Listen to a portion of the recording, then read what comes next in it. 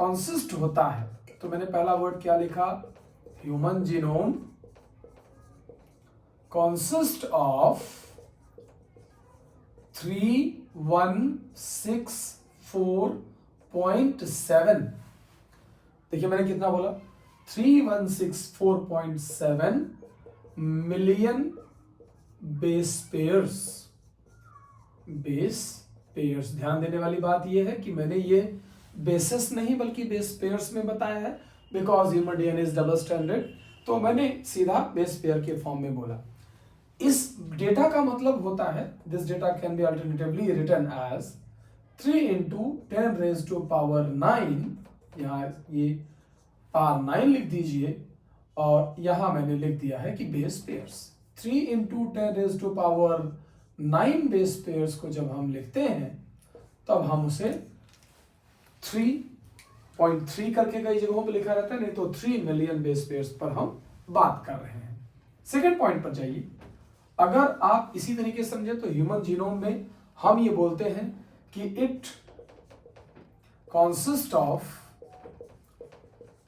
About 30,000 jeans.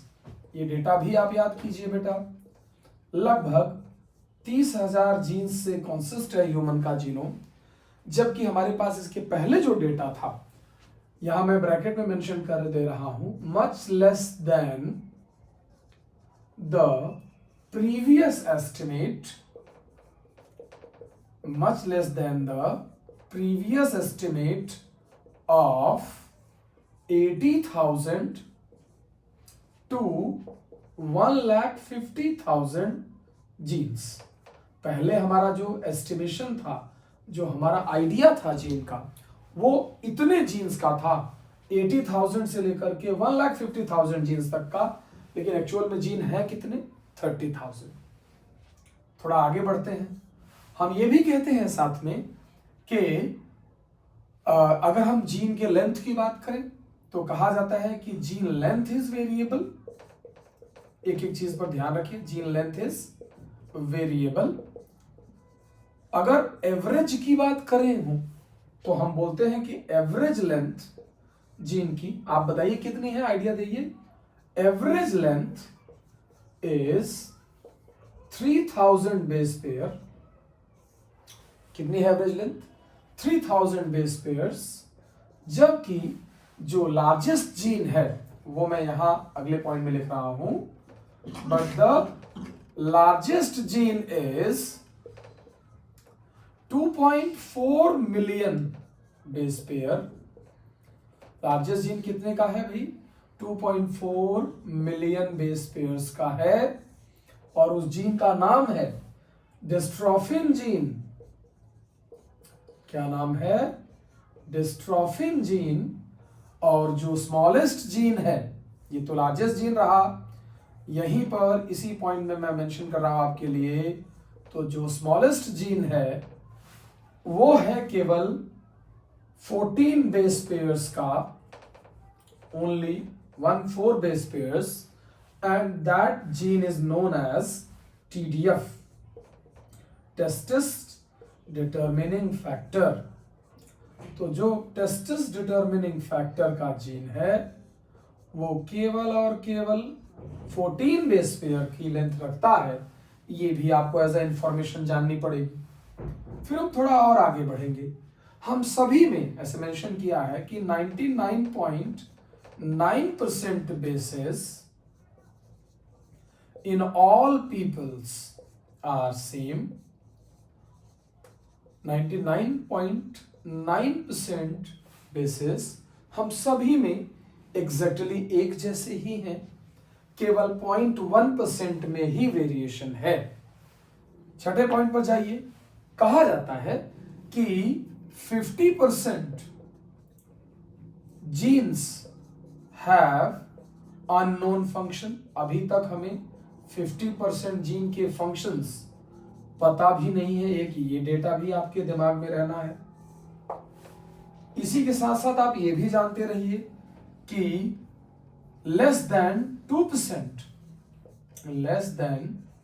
2% of the whole whole DNA is coding, यानी ये जो डीएनए का केवल 2 से कम % एरिया होता है या पार्ट होता है जो किसी प्रोटीन को कोड करता है, बाकी सारा नॉन कोडिंग पार्ट है, बाकी सारा का सारा नॉन कोडिंग पार्ट है, ये जानते रहिए।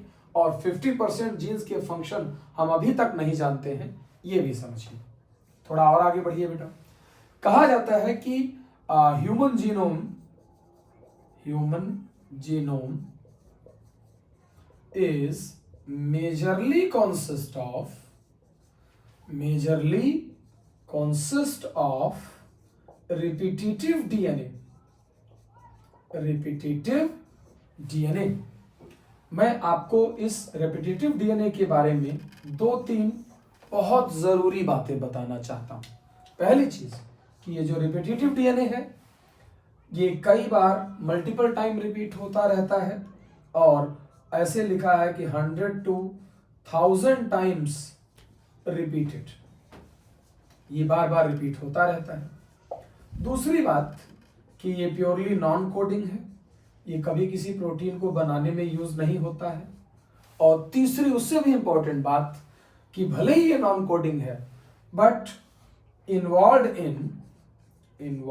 इन अंडरस्टैंडिंग ऑफ, ये कहीं ना कहीं इस जरूरत में involve in understanding of structure, एक पॉइंट ये मार्क करिएगा बेटा, डायनामिक्स कि कौन सा कहां मूव कर रहा है, एंड इवोल्यूशन ऑफ क्रोमोसोम।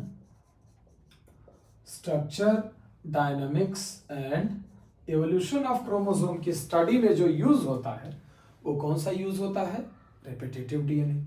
एक और बड़ी स्पेशल बात, 1.4 मिलियन लोकेशंस ऐसी होती हैं जहां पर 2 ऑर्गेनिज्म का डीएनए डिफरेंट होता है। At about 1.4 million locations the genome is different,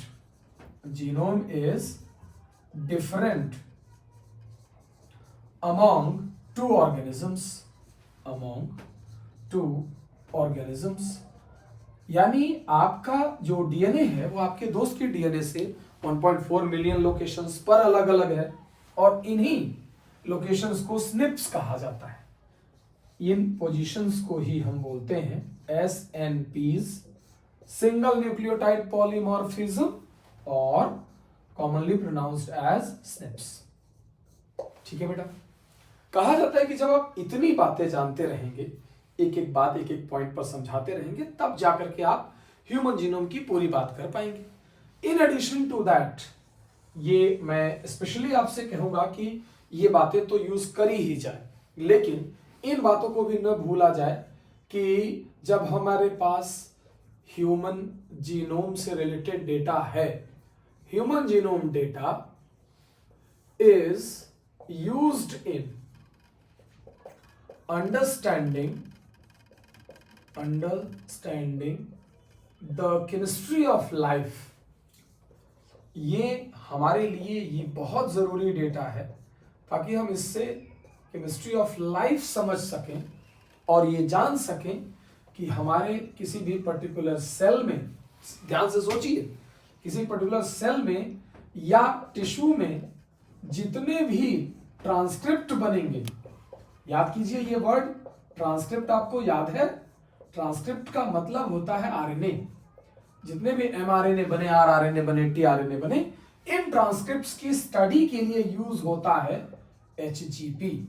इनकी स्टडी अगर हम कर लेंगे तो हम हर जीन का एक्सप्रेशन जान लेंगे, और जब हम हर जीन का एक्सप्रेशन जान लेंगे तो एनसीईआरटी में बड़ी अच्छी लाइन लिखी है, नॉट ओनली क्योर, हम केवल डिजीजेस को क्योर नहीं बट प्रिवेंट कर सकेंगे।